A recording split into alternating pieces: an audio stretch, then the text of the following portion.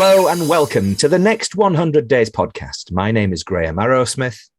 And my name's Kevin Appleby. Well, Graham, I think we're going to have fun today. We've got two very, very interesting guests who I think are going to be a little bit lively. Yeah, all the way from Beckenham in sort of southeast London. Two very lovely ladies. One, Joan Jones, and the other one is Leah Murray. Joan and Leah, welcome to the Next 100 Days podcast. Thank you, Graham, and thank you, Kevin. Thank you, Kevin. Well, it's lovely to see you both because, first of all, I believe it's unbelievable to me, but this is your first podcast. It certainly is. And it's a pleasure to be on your podcast, Graham. We are totally excited. Yeah, we are so excited, so excited. Kevin's so worried up in Newcastle now. He's really? Yeah, I'm surprised he's still here. I thought he might have bolted, but... I'm all good, Graham. I'm all good. We beat a team from southeast London last night, and we've got 3 points, and we're safe. Nothing to worry about. Oh, you've got nothing to worry about. So, but today, one of the things that we want to talk about, you two run a business, and first of all, we're going to talk about the name of the business, and it's Coalesce and Bonds. Now, coalesce means you're sort of coming together, and bonds are the kind of things that keep you tight. Now, is there something behind that name? Yes, there definitely is.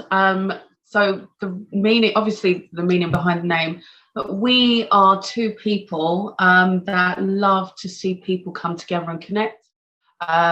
We reinvented the company after lockdown. Yeah. And it was all about bringing people together anyway, reigniting that human connection between people and building solid bonds to kind of put the people back together. I mean, I think we'd lost so much over that period of time while we were going through the major part of the pandemic. So, when we decided on rebranding the company, I thought, it's a name that I looked up and I created a long time ago with a business that I didn't actually get off the ground. Right. And I thought, what more of, how it was the right word, name, the right time, and everything. We've got it right, though, haven't we? Because basically, Coalesce is this coming together, and Bonds is a long-term bonds. Now, both of those things, in effect, it's a human thing, and actually you're providing human services for a rather affluent audience, aren't you? Yes. Absolutely. We recognise the fact that people are working really hard, and not only do they have, certain challenges in life, but they want to enjoy life as well. And this is why we created such a platform, because we wanted to kind of bring a service which was unique, a bit niche and a bit excitable, and to kind of ignite, that sort of business aspect as well as fun aspect, bringing a professional mix into it. And this is why we created loads of services that could cater from home to office. Yeah. Because we know as much as people out there are working extremely hard and traveling globally, we wanted to extend that support mechanism for them. That can be a very lonely journey. Absolutely. When people are working absolutely so hard, especially through the times that we kind of, had this idea to really give something back to the world.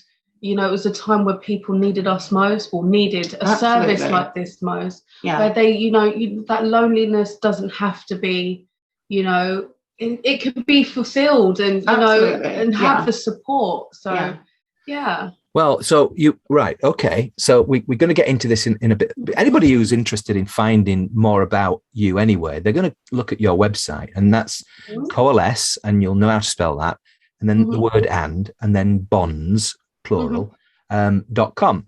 Now, if you go there, you'll find this amazing website, which basically has, it's so stylish. I mean, some of the pictures on there are just amazing. really, I mean, scary people. I mean, I'd love to meet them down a dark alleyway, but I'm not going to say any more than that. Otherwise, I'll be shocked. You're so funny. But seriously, they, I mean, but some fantastic photography there. But I mean, just to give you an example, to sort of lead you into the sorts of services that you offer. And I don't want anybody to think that sort of affluent people are sort of, being depressed or anything like that. I mean, these people are busy, and you're helping them. And but you have a PA service. Mm-hmm. So tell us a little bit more about why that's important to affluent people.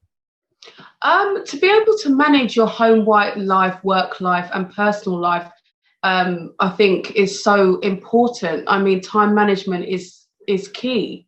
You can be so busy with handling and juggling so many aspects of your life, and to have somebody that can just be that, that not shoulder, that's the wrong word, but that person to lean on, that person that you can rely on, that can pick up the pieces, support you. And one thing we do specialize in, and all the PAs that we've ever brought on board, we make sure that it's a service where we really get to know our client, and what their needs are. Is it more home focused, or somebody that is it more work life focused? Somebody that, so we can match them with a PA that's an all rounder, but with the right person as well. Absolutely. And I think it is just that full on support. Yeah, and understanding the level of support as well. Mm-hmm. Because obviously being an executive or a corporate person, they have to understand the ins and outs.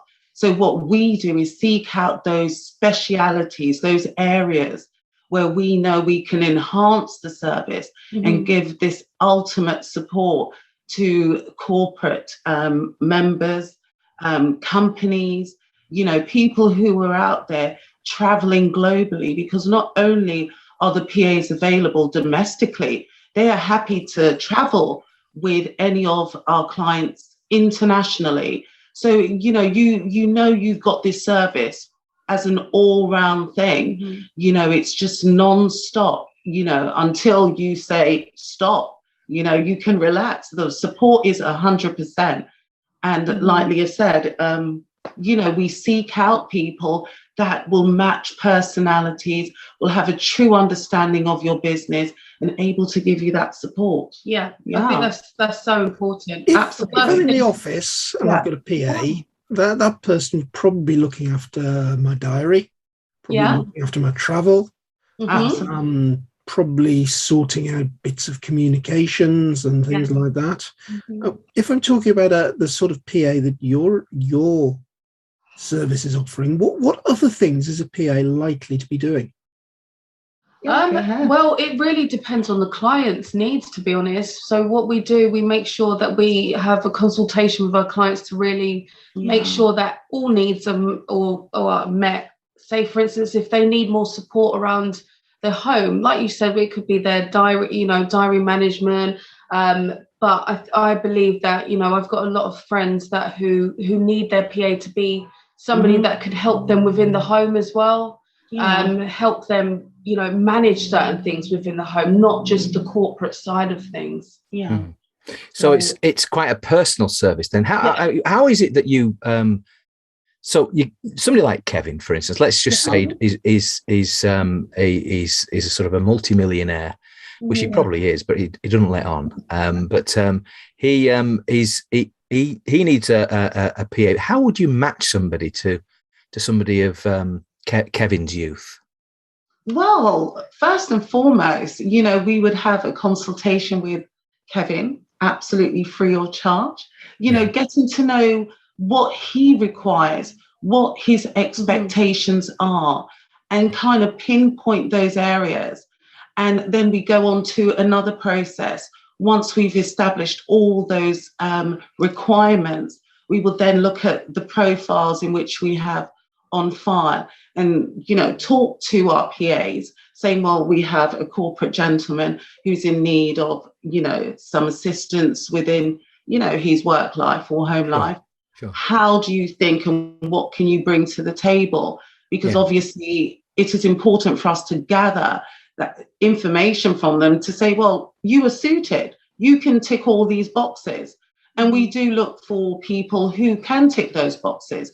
Can I just interject? So Kevin's character as well. That Absolutely. It's a big pointer, to ensure that we are matching somebody that could keep up with Kevin's personality. Oh my goodness me, that's his lifestyle. That's dangerous territory. Well, I'm mindful of something here. Extremely important. Absolutely. Because you want somebody, that person then becomes a part of your family. We are somebody that we believe in stability. Mm-hmm. You want someone that you can have around you that you can trust, not someone that's going to be on a year contract and then they're out the door. This person holds the key to your passwords, the keys to your home, everything. Yeah. And that trust and stability is so important. Absolutely. So when we are going through this consultation process, we make sure that we can look at Kevin and we can understand that Kevin might be a funny man. He likes to, he's very vibrant and he's very funny, that's for sure. I'm mindful of one of my favourite bits of listening in the morning on the radio is Chris Evans' breakfast show. Nice. And Chris will frequently refer to a persona called the frothy coffee man. The frothy coffee man. Yeah, the frothy coffee man. I've forgotten his real name, but the frothy coffee man is essentially Chris's PA. Yeah. Sorts out Mr. Evans' entire life. And now I can see exactly what you're talking about in terms of it has to match the personality, has to match the tasks available. And in Chris's case, I think it's all geared. So all he has to do is turn up, do the breakfast show, go home, and be with the family. And frothy coffee man's dealing with everything else. Is it something that you find sort of almost like fulfilling because Kevin's point about Chris Evans, if that means he's a better radio presenter, and he gives of his best in the thing that he does, and maybe I don't know about Chris, but he might not be very good at sort of managing, I don't know, spreadsheets or whatever else that needs to get done within his business. And this person works alongside them and makes it happen for him, whether it's a frothy coffee man or whether it's... Absolutely. Yeah. Can be served with a frothy coffee, even if he so wishes, with a spreadsheet aside, But, the whole point is engaging and embracing all those characteristics, all those requirements, and kind of saying, well, look, this is my PA and I'm going to entrust you with trying to make my life run as smoothly as possible. And this is a key factor, because the whole point of having a PA is to assist you for smooth running of everything. And this is what we aim for, the main objective. But sometimes, though, Joan, your PAs will actually travel with the affluent individual around the world. Now, what a gig that would be! I mean, you're traveling around the world, first class, virtually, and you're there to support. Although he might have you in cattle class whilst he's in first class. I mean, that might be, or she, vice versa. But basically, the fact is, you're traveling right around the world, supplying services. That must be a wonderful opportunity. Yeah, I think it's a great opportunity, especially for a lot of PAs out there. And I think it creates a stronger relationship to know that you're here, whether you're in the UK or you're traveling to Singapore with, the client, that you have that experience and that constant support. Because, one of the problems that we were having was that when you have this sort of, virtual relationship with your PA, there's time zones to think about. There's other factors, connections and everything that might not be stable. But if you've got this traveling PA in place, then there he is, she is. You're not going to lose signal, or your Zoom call is cut off in the middle of a board meeting or something, I think the whole point was getting that physical connection coming back. I think the whole world went through this stage, and I think people become so comfortable with this virtual way of living. I am not as old school, if I say that. Absolutely. But I do like that old school connection. And I'm with you on that, Leah. I mean, I crave that personal attention. And personal one-to-one meetings are coming back. I mean, I must have had half a dozen in the last few weeks, and I'm really glad about that. I mean, yes, there's still the opportunity of Zoom meetings, etc., and I appreciate them sometimes. But truth is, there's nothing like meeting somebody personally. Absolutely, Graham. Exactly. It's so true. And this is what the company's about, that reconnection, rebuilding, bringing together. It is in the name itself, because all the services that are available, it's person-centered. It's all about you. It's all about the client, and making your life so much smoother and enjoyable. And don't forget the fun element. The company believes in whether you're traveling around the world, you have this service that you can even bring a household team with you.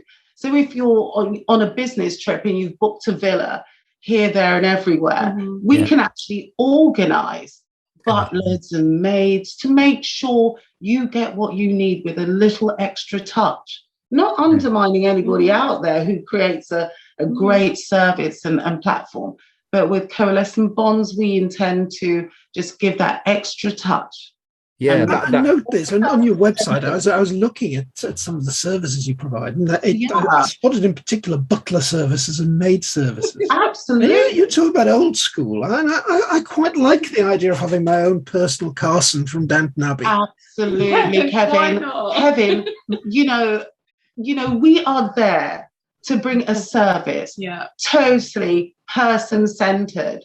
So, after a hard day's work, or even a hard week at work, or just take the time out to just relax and just sit back and let our maids and butlers help you to relax. The world is very intense. I'm intense all the time. I'm just like totally. I'm very intense. So I think relaxation is very therapeutic, and the maid and butlers will come into your home. They would assist you, make you feel comfortable, and we're always asking, what are your requirements? Yeah, that is the biggest part of our service. Everything is a tailored service. Absolutely. What are your requirements? What are your needs? Absolutely. What can we do for you? What can we do to make your mind, body, and soul feel relaxed? Absolutely. If you had a butler, though, Leah, you would, for Kevin, for instance. I mean, he's quite sartorial in the kind of clothes that he wears. You make me laugh. But the opportunity of actually laying out his clothes for that particular event. I mean, as long as it's got one of those horses or whatever it is you have on your shirts, Kevin, are they horse or polos? Yeah, it'd have this sort of like 600 shirts to pick from. Different colours, but they'd all have a polo on there. So, but basically, my shirt sponsor is really important, Graham. It's got to feature the right logo. Yes, but it'd be useful to have a butler so the shirt actually matched the jumper and matched the trousers.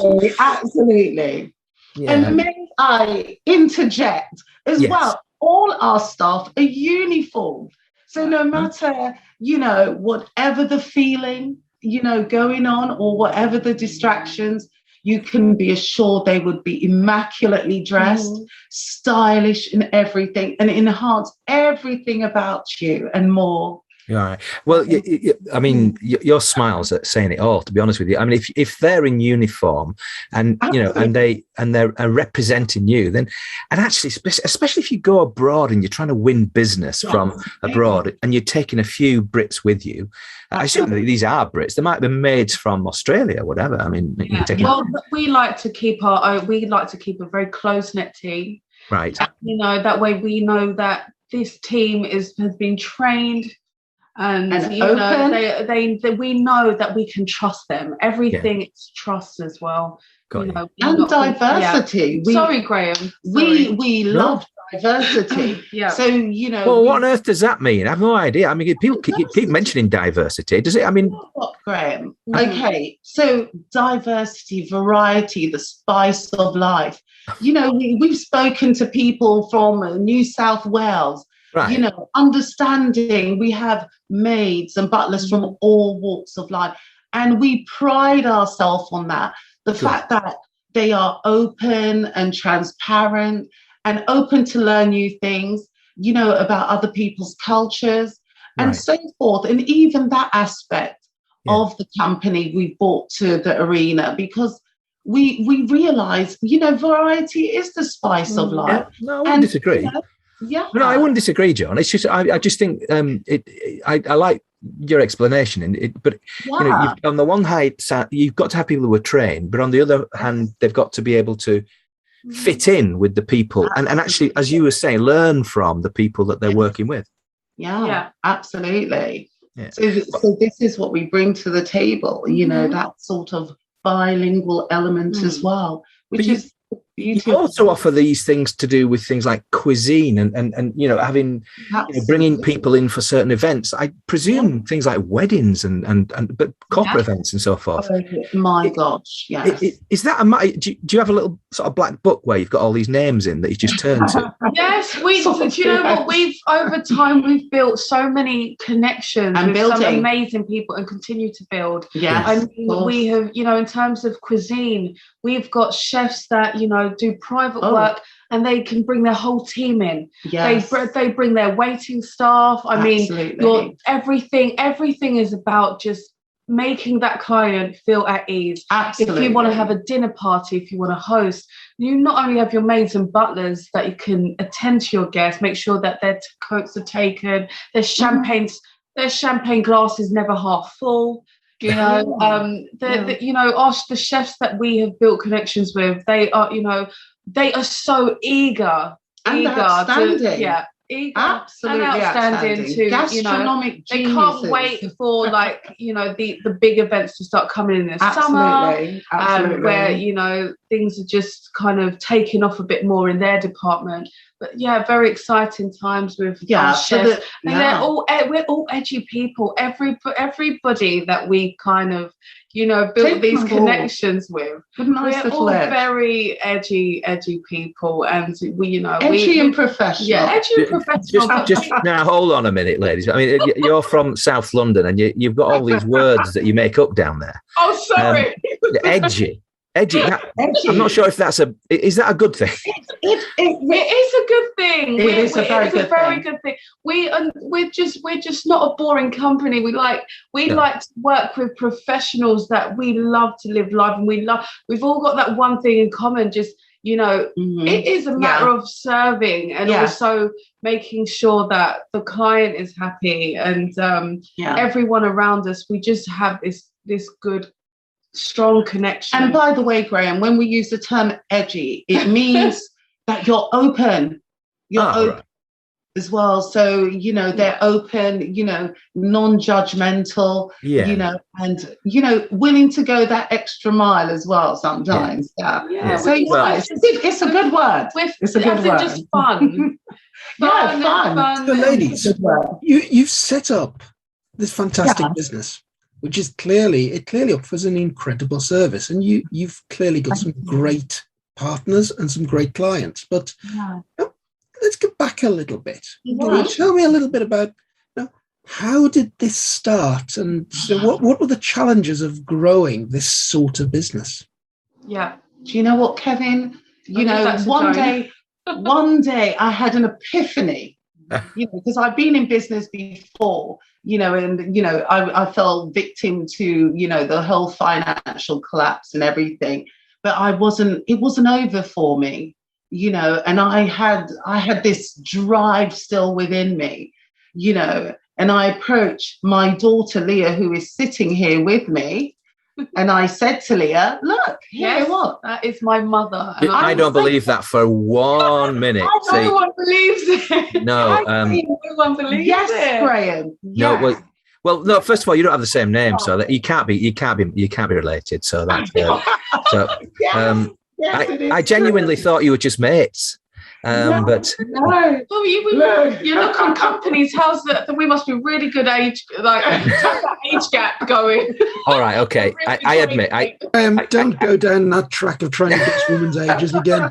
No. Well, at least I'm not asking you weights. I mean, that comes next. But no. It's a gentleman thing to do, Graham. Gentleman thing to do. No, so you all right? So you were in business before then, Joan, and then you know. So we started out, with the maid and butler service. Trying to fill this void. We looked around us, we saw what was going on, and I said to Leah, something, let's open our doors a little bit, because we are aware, we know what's going on out there, and we want to support people, whether you be in the aviation industry that took a bit of a bashing throughout, or just generally, the whole business side of things, so the door was open. Right. And then we decided we are going to go in and we are going to assist, anybody that needs assisting, just to build that connection again. So we created this beautiful maid and butler service, which, we then started to meet people, talk to people. Then we started to think, we can go a bit further. Right. And we met some remarkable people, and one of our associates, business partner, who's in real estate, we said, look, let's open the door, not only to give people the comfort of, that stability of knowing there is somebody out there you can actually connect to, because the good thing about the maid and butler service when we started out was that we could still work within the government guidelines, which gave us a bit of an angle, which was really brilliant. Because we were, the service was more about housekeeping, helping. Yeah, absolutely. When there was a lot of people having to obviously work from home. Absolutely, yes. And just making sure that they had that support there when, as and when they needed it. So we've extended from that. We've decided, okay, we can give you this, amazing, very person-centered service. Also to bring you, other things in life as well. If you wanted to hire a nice island, or, have an event with maids and butlers involved, or, just that private dinner party, or just for your birthday, or just the corporate, the corporate side of things, of the maids coming to your office, and, you might want a nice lunch served by one of our, top chefs and so forth. So it was all about bringing back that touch. But, like Joan, you mentioned, like Kevin asks, it has not been an easy journey. It hasn't. It has not been an easy journey. Fighters. But we, it's been a very exciting journey. Absolutely. It's been very, considering being built up and being built this business. Yeah. During the pandemic, it's been very tough. Yeah. It has. Yeah, but the thing, you two have such amazing personalities that's going to communicate itself to the affluent. But one of the things that they're going to be interested in. Yes. And I was just looking at a book of mine, which is the No BS Marketing to the Affluent book by Dan Kennedy, and in there it has now these things. These are little tests for you. So I'm going to do a little test here, and it says, if you want to know what will drive boomers, which basically are people of my age and above, basically, away from your business. So they might be really wealthy, but they're a bit older. First and foremost, it's disrespect. So one of the things you don't want to call them is mate, or pops, man, old man, and things like that. Would you agree with that? Absolutely. Yes. I myself, actually require a certain address, and you have to address people in a way that they are comfortable, not that you're comfortable with.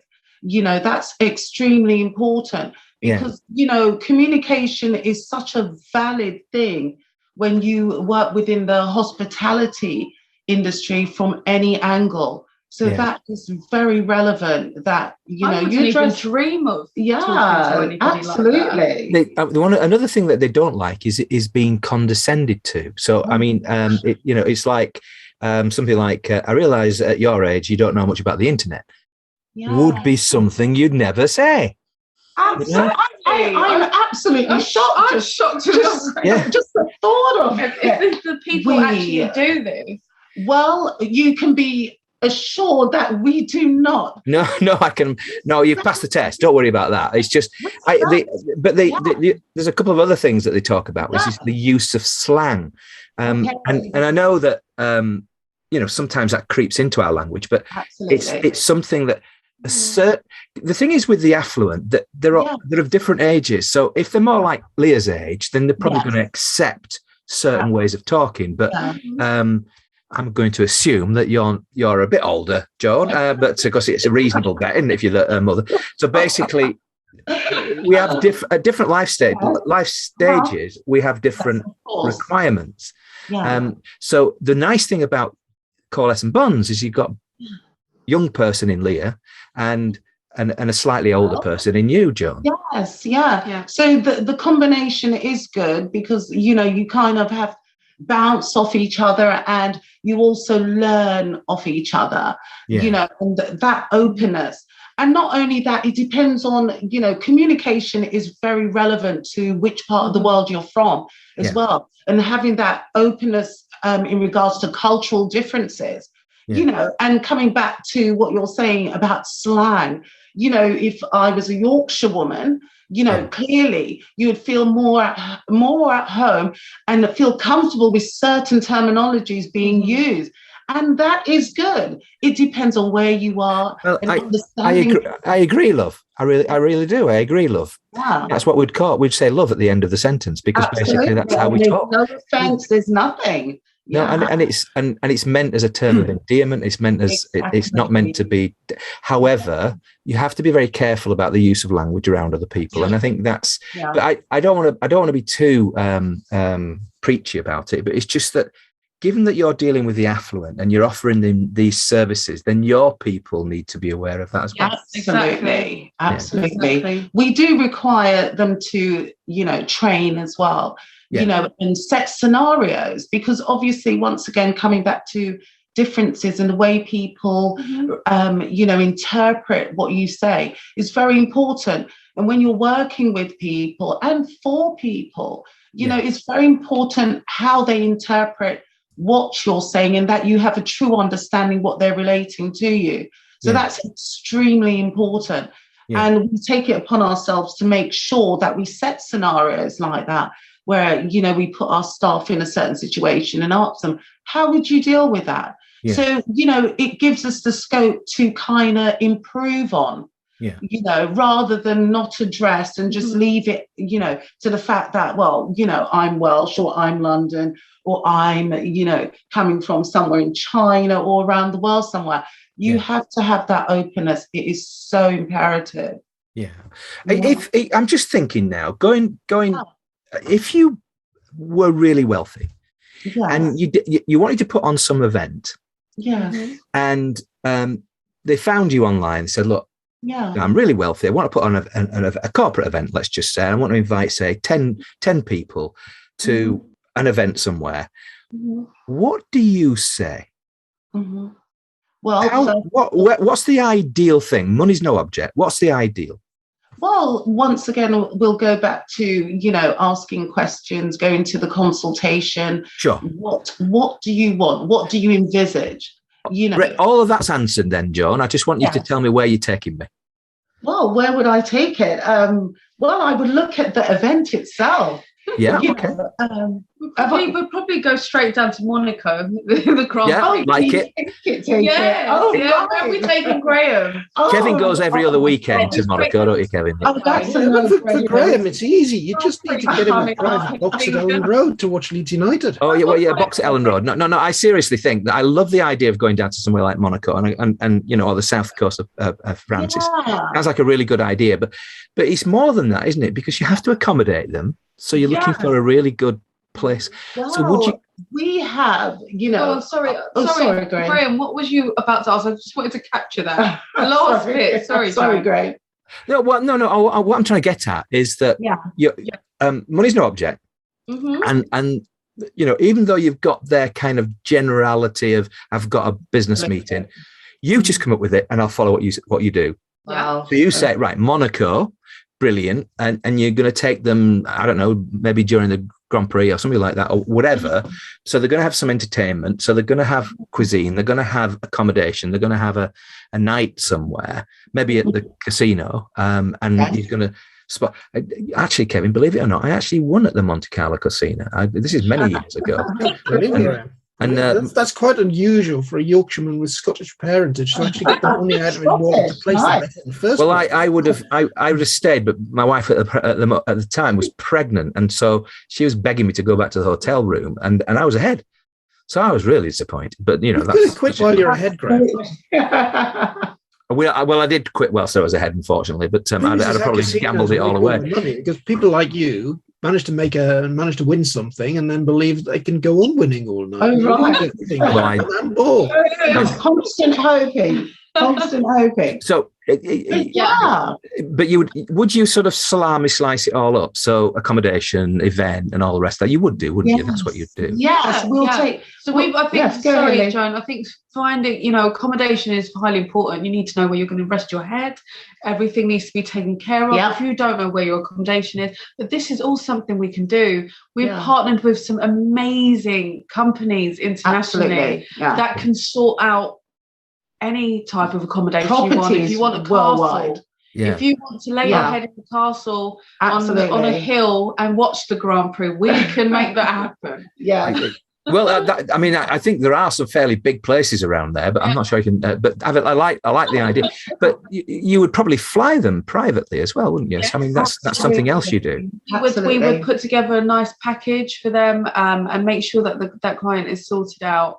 Their whole experience is taken care of from start to finish. We, like I said, we have partners that we can make anything happen. And making our clients a priority is our priority. Absolutely. I do like the idea of all of this, but it's out of most people's pockets, isn't it? So the clients that you're looking for are very, very well heeled, aren't they? I guess. Yes, they are. Or at least their companies are.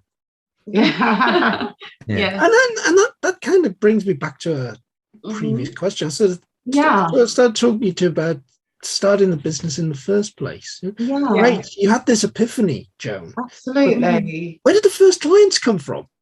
Well, we were advertising. I was going to come back to this, Kevin, because I wanted to hit on that point as well. Soldiering, we're still soldiering at the moment. We have been putting in a lot of groundwork. Absolutely. We would make sure that we had our custom made French maids outfits and uniforms made up.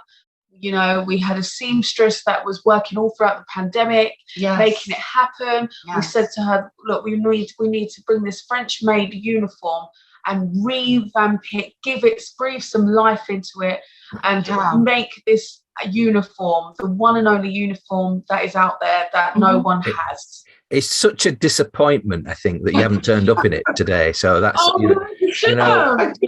did say I was not going to be politically correct. I will say something. We've just done a photo shoot to show the world exactly how our French made. Absolutely. We've done a photo shoot, I think, 2 weeks ago. But back to the question, Kevin. We have been honestly on our feet. On our feet, in our shoes, meeting people, out there just promoting what we have, because without going out there and actually doing the groundwork ourselves, there's no way anybody, marketing costs a load of money, just to let people, but we had to show the world that we are here, we exist. Absolutely, and we're still showing them. And I would be out there with Joan, and we would just support each other, whether it's raining, whether it was some. It has been tough. Shoes hurting, feet killing us, and But if you don't do the groundwork as the two people that have this dream, have this passion, and have this drive, no one else is going to do the work. And we've been working, and talking to a lot of people within the industry that are well established also, that are quite happy to work alongside us. So not only are we kind of integrating the services, we're also boosting that client boost as well. I think it's down to word of mouth as well. So when we were, our first set of clients that came through, when we were doing this promotion, and we were dressed up, and we would be in Essex, we would all be over the place. All over the place. Why does it surprise me that you would have been in Essex? I mean, you didn't say Gloucestershire, did you? I mean, it has to be Essex. We've been in Kent. All over the place. No, I know you're in Kent, but you go to. It's a bit like people go to Las Vegas, don't they? So people go to Essex, don't they? But I'm dying to come up north. That's where I want to go. I'm edging. You would, you would be so edgy in the north, that's for sure. But, I love it, Graham. So edgy. You would be edgy, and you'd be very welcome, both of you. But I know that. And then when you've got to Yorkshire, we'd wave you off and tell you to go up to Northumberland to see Kevin. So that's even further north. But look. Ladies, you've been a pleasure. If somebody was interested in getting to know more about Coalesce and Bonds, how would they get in touch with you? They could get in touch with us via our website or our number, which can be found on the website. Or via email. And I mean, or we have forms, and we'll be happy to set up consultations free of charge, just to really understand our clients. And we welcome our clients, and new clients for open arms. Leah, when you're thinking about your clients, and maybe just the corporate clients for the moment, I mean, obviously they're going to be high net worth individuals, but let's just say it might be corporate clients as well. Yeah. Do you have a sort of like a pen picture of the types of clients that might be interested in talking to you? Yeah, we have. Do I have? Do you know what? I feel like people come from all different shapes of life. I really do. That's true. They have come that way. I am like a chameleon. I've got a chameleon soul. I can talk to anybody. Yeah, I know that. And just so to answer that question, Graham, I don't think I have a painted picture of what your average, this average person would look like. I think. But you certainly know what their expenditure level would be like too. Yeah. So I mean, but they're clearly going to be spending, tens of thousands of pounds on an event or whatever, or people. So it's going to be somebody who can afford that. So that will rule out a lot of people. But having said that, it'll rule in some people. But then your process is then to have like a consultation with them. Yeah, as you say, it's a free consultation. So at that point, you're just trying to work out, well, what do you really want to achieve? And then you can sort of sprinkle on the magic as to how the events can be improved by the services of maids and butlers and so forth. And I will say as well that if somebody wanted to just book our French maids, or they wanted a dinner party, I mean, that you don't have to spend tens of thousands of pounds. No, right. We can structure something according to some tailor a service to someone's budget as well. Okay. We can definitely do. We've had that in the past. We tailor a lot of our services to make sure that someone can experience. You can experience our services, but within the budget, and this is what we can do for you. All right, so it might well be within your budget then, Kevin.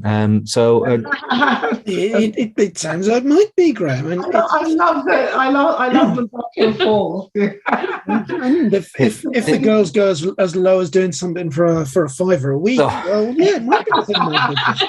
I thought I was a cheap one, but blimey. No, seriously. You've been honestly, you've been a breath of fresh air, just as I thought you would be. And believe it or not, this is towards the end of your first podcast. How does it make you feel? I feel really good. I was energized from the invitation. And it doesn't feel like it's over. So I'm like, I could do like speak continuously. I'm a very good speaker. I can really speak your ears off if I so wish. But we've only got an hour, so I can understand. The thing is, what we would like to do is just the last sort of question I would want to ask you is, what is it that you really want for yourselves? Do you want me to answer that? I can. You can do half. Both of you. What I would love for myself is to feel free. I am a very free-spirited person, and stability. And I would love to see my mum's dream and vision come to fruition. And that is cute. That is no, don't cry, Greg. I'm welling up here. It's amazing. But honestly, I was so honoured. She came to me in my kitchen and she said, Leah, I've got this idea. What do you think about it? I was absolutely honoured. I've seen her go through, just lose everything during the recession back in 2008. And, you know, she is such a warrior fighter. So for me, it's giving having that stability back and being able to, you know, build a solid foundation within and a legacy for our family. Yeah. And for me, you've done the nice family part and the mothering part. And for me, it's just, as Leah would say and share with me, it's, you know, getting people to raise their stations, so to speak, you know, creating jobs, creating a hope. You know, I mean, the thing is, I have this business, but I still have hope for people. A better future for all sorts of people that have been, you know, devastated in one way or another by the lockdown, and giving them hope again, and raising spirits, making sure that you have fun in life, you enjoy whatever you're working and earning, and just, you know, just live again, because that was taken away from us for a long while and we've had to readapt. So I'm all about just people having fun, you know, enjoying life again and feeling great. And this is another side of the company. Well, you two have been blessed with just wonderful smiles. Going out, and unless you've had surgery or something like that. No, seriously, you've been. I've got a little chip tooth. You've got a little chip tooth. Oh, we won't try and feature that. But you've just told the world you've got a little chip tooth. But gives a character. Gives me a bit of character to my smile. Well, you've just as I thought, you two have been brilliant characters, and thank you for being guests on the next 100 Days podcast.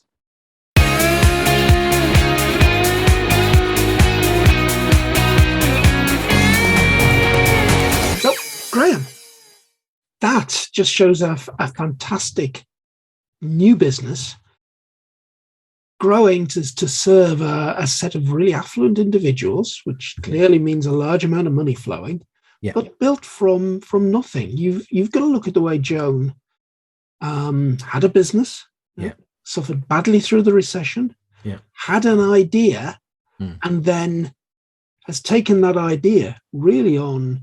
Not an awful lot of funding going in, but a huge amount of hard work from her and her daughter to build something that is pretty impressive. I love stories like that. Yeah, I mean, and we want to support them. And the fact, it doesn't matter that they're not IBM at this stage. What it matters is, and what's coming across in this podcast is that you've got, Joan, the mother, and Leah, the child, if you like, and they've both come through and they're both supporting each other and they're both so positive. They've got a chance. Now, that chance is going to be because they're putting in a whole load of hard work. There's no question that they'll have a network of solutions, if you like, for people. That's almost a given.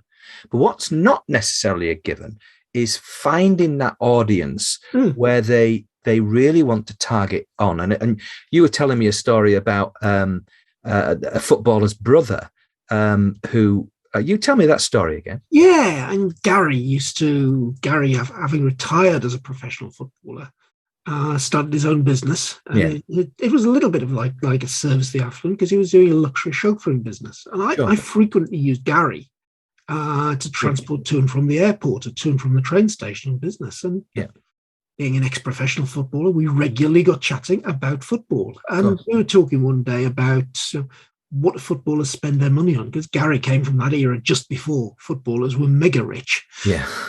Otherwise, he wouldn't be running a chauffeuring business. Of course. Yeah. And he started talking to me about the marketing books that are sort of handed around at the training ground of things to spend your money on, the latest bling to buy.